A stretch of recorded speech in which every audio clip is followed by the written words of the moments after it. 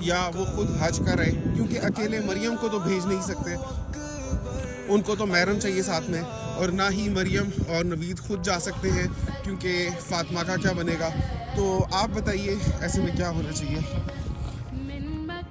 ناظرین، اگر حقیقت کی نگاہ سے دیکھا جائے نا تو یہ ایک جینیوئن مسئلہ ہے، اور یہ خالی مریم کا مسئلہ نہیں ہے، یہ بے شمار خواتین کا مسئلہ ہے، کیونکہ آج کے دور میں حج کرنا اتنا مشکل ہو گیا ہے کہ ایک فیملی کے لیے اکٹھے جانا بہت ہی مشکل ہے.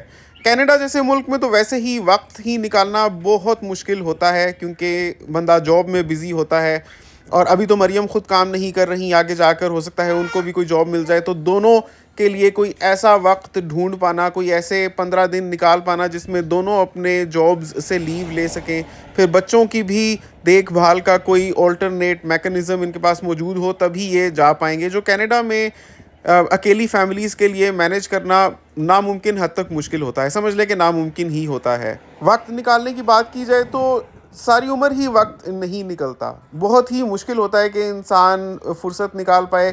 ابھی تو پھر بھی دور آگے آنے والے دور سے سستا ہے، بہتر ہے، کیونکہ ہمیشہ انفلیشن تو بڑھتی ہی رہتی ہے، اسی طرح حج بھی مہنگا ہوتا رہے گا.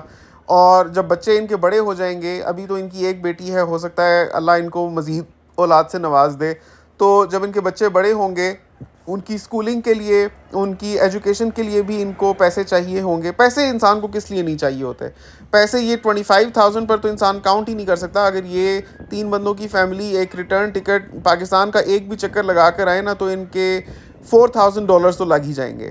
تو یہ تو پیسے بہت ہی کم ہیں جو انہوں نے ابھی جوڑے ہوئے ہیں. لیکن میں ایسے کہنا نہیں چاہتا کہ ایک بندہ جانے کا اتنا زیادہ خواہش مند ہے، اور اگر اس کے پاس واقعی ہیں پیسے تو اس کو رک جانا چاہیے یا اس کو اپنی بیگم کے لیے انتظار کرنا چاہیے. کہنا بہت مشکل ہوگا. اگر آپ کا کوئی بھی ایسا تجربہ رہا ہے یا آپ اس بارے میں گائیڈ کر سکتے ہیں تو نیچے کامنٹس سیکشن میں ضرور بتائیے گا. میں دیکھ رہا تھا کیونکہ اب حج ہونے والا ہے تو آج کل اشتہار اس کے چل رہے ہیں، تو ایک شارٹ حج پیکیج نکلا ہے، وہ تو $20,000 تک بھی چارج کر رہے تھے. تو جیسے میں نے آپ کو کہا کہ ان کا جو 17,000 ہے ایک بندے کا، وہ تو سستے ترین حج میں سے ہے اگر کینیڈا سے جاتے ہیں. پاکستان سے بھی کوئی سستا اتنا نہیں ہے، لیکن سمجھ لیں کہ کینیڈا کے مقابلے میں آدھی قیمت میں ہو جاتا ہے. لیکن اگر کوئی فیملی یہ پلان کرے کہ کینیڈا میں رہتی ہے تو وہ سستے حج کرنے کے چکر میں پاکستان سے ہو کر آئے گی، تو سب سے پہلے تو ان کو وہ ایڈڈ کوسٹ ڈالنی پڑے گی، اس میں جو ریٹرن ٹکٹس کی کوسٹ ہے from Canada to Pakistan and then back from Pakistan to Canada. اور دوسرے نمبر پر ان کو یہ بھی دیکھنا پڑے گا کہ کینیڈا سے اگر وہ لوگ ڈائریکٹ جاتے ہیں تو شاید 10 دن کی 12 دن کی شارٹ حج کا جو ایک اسکیم ہوتی ہے اتنی لیو لے پائیں گے، وہ ان کی پیڈ لیو ہوگی. لیکن اگر وہ پاکستان کو بیچ میں انوالو کرتے ہیں تو یہ سلسلہ کم از کم 3 ہفتے سے کم کا نہیں ہو سکتا اگر آپ شارٹیسٹ حج بھی کریں، بیکاز 12 دن آپ حج کے نکال دیں اور اس کے علاوہ پاکستان جا کر اس میں جیٹ لیگ میں سے نکلنا، پھر حج کے لیے نکلنا، حج سے واپس آ کر دوبارہ جیٹ لیگ، اور پھر واپسی کینیڈا کی سفر کی تیاری کرنا، اس کے علاوہ سارے رشتہ داروں سے ملنے کی کوشش کرنا، تو آپ کو وہ بھی فیکٹر ان کرنا چاہیے جو آپ کی ان پیڈ لیو ہوگی، اس کی وجہ سے آپ کو کتنا نقصان ہوگا. اور بیک ہوم یعنی کینیڈا میں تو آپ نے اکوموڈیشن رکھی ہی ہوگی، اس کا تو آپ کو کرایہ دینا ہی ہے. تو اور اس کے علاوہ کینیڈا میں جو بھی آپ کے ایکسپنسز چل رہے ہوتے ہیں، جیسے آپ کی منتھلی انشورنس چل رہی ہوتی ہے، کچھ لوگوں نے گھر لیے ہوتے ہیں، ان کی مورگیجز پہ ہونی ہوتی ہیں، تو یہ ساری چیزیں آپ کو کنسیڈر کرتے ہوئے دیکھنا چاہیے کہ کیا پاکستان سے بھی جا کر حج کرنا سستا ہے. تو پاکستان سے حج میرے خیال میں کرنا انہی لوگوں کے لیے سستا ہے جو پاکستان میں ہی رہتے ہیں، یا جیسے ہم ہیں، ہم جب تک پاکستان میں تھے تو ہم پاکستان سے ہی سارا کچھ مینیج کرتے، پاکستان سے ہی جاتے، پاکستان ہی آتے، تو وہ ایک مختلف سٹوری ہوتی. جب ایک دفعہ آپ کینیڈا امیگریٹ کر گئے ہیں، اس کے بعد پاکستان کی سہولیات کو اویل کرنا بھی بہت ہی مشکل ہو جاتا ہے. بہرحال میں نے مریم کا مسئلہ سب کے سامنے رکھ دیا ہے. آپ لوگ پلیز نیچے کامنٹس میں بتائیے گا کہ کیا کرنا چاہیے. امید کرتا ہوں آپ کو آج کی ویڈیو پسند آئی ہوگی، آپ کو انفارمیشن بھی ملی ہوگی کہ کینیڈا سے حج کتنا مہنگا ہوتا ہے، اور کینیڈا میں جو آ کر بستی ہیں امیگرینٹ فیملیز، ان کے لیے اسپیشلی فائنینسز ارینج کرنے کے علاوہ بھی with respect to time management اور فیملی مینجمنٹ کتنا مشکل ہوتا ہے. تو یہ بھی کینیڈا میں جو زندگی ہوتی ہے اس کی دشواریوں سے آپ کو آگاہ کرنے کا ایک طریقہ ہے. تو آپ کی کامنٹس کا انتظار رہے گا. مجھے اپنی دعاؤں میں یاد رکھیے گا. آپ سے ملاقات ہوتی ہے انشاءاللہ اگلی ویڈیو میں. تب تک کے لیے اللہ حافظ.